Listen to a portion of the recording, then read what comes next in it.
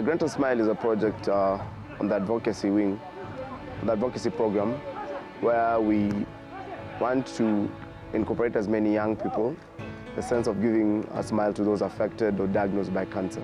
Because as an organization, we tend to feel that they're mostly neglected and no one takes care of them. So it's one of our biggest pillars in terms of creating an awareness.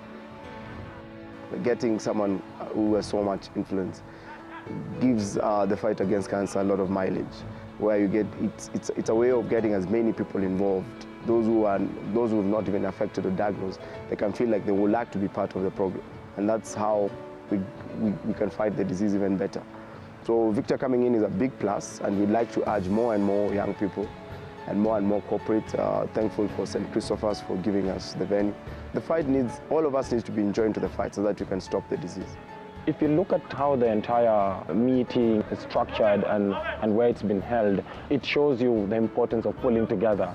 I mean, here's St. Christopher's having offered the place for Victor to come and just have an afternoon with Morrision. Then there's Ada's Hope, who have facilitated the entire visit. Then there's Victor Wanyama, the personality, and the guys who are working behind him. So it shows you that the fight against cancer should be an all-inclusive fight. I mean, no one should look at it as though just a fight of the organizations that are involved in creating awareness. We can also do our little bits as individuals, and I think that is what Victor Wanyama is trying to do in collaboration with Ada's Hope and St. Christopher's. It has been good so far. You know, he's a nice kid and he's very strong. I'm really happy to see him very strong like this, and also he's so happy to be with people, to play and interact also with people. So I'm really grateful to be part of his life today, to make him happy and also to spend the day with him. So I think it's really a good thing.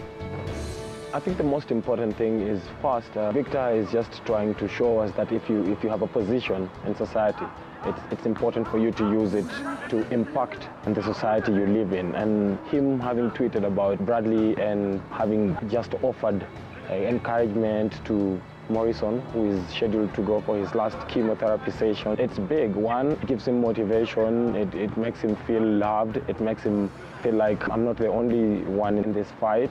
Then secondly, it helps by virtue of Victor being a big name and having a huge following. It helps us amplify the fight against cancer. I believe kids have to have fun, enjoy life, but sometimes happens like kids get these diseases and it's not a nice thing. It's really painful to see kids going under such a painful life, you know. So I was touched by Bradley. He was fighting, but he was unlucky and he passed on, but he lived his life and he did his part. He should rest in peace now.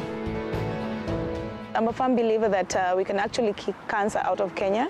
He's such an amazing soul. He has so much energy. I mean, you'd expect such a small kid to be really fragile and all that, but he has so much energy. And trying to give him hope that he can live another day. And he actually loves football.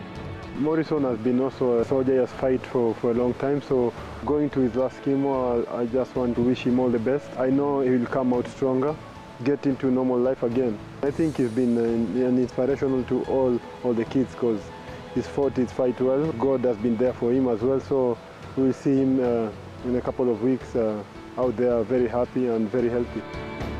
It's important to involve sportsmen in the fight against cancer, and because no one has been spared. Just recently we saw Bradley, a very good fan of football, and the role Jermaine Defoe played in just being there for Bradley, and how far it took Bradley's fight against cancer, and how far it created an impact and an awareness. I mean, Victor Wanyama having decided to get involved in the fight against cancer in this country and the region at large is a very good step and should be encouraged. By contributing and getting involved, you know, just to try and put a smile on those children who are affected.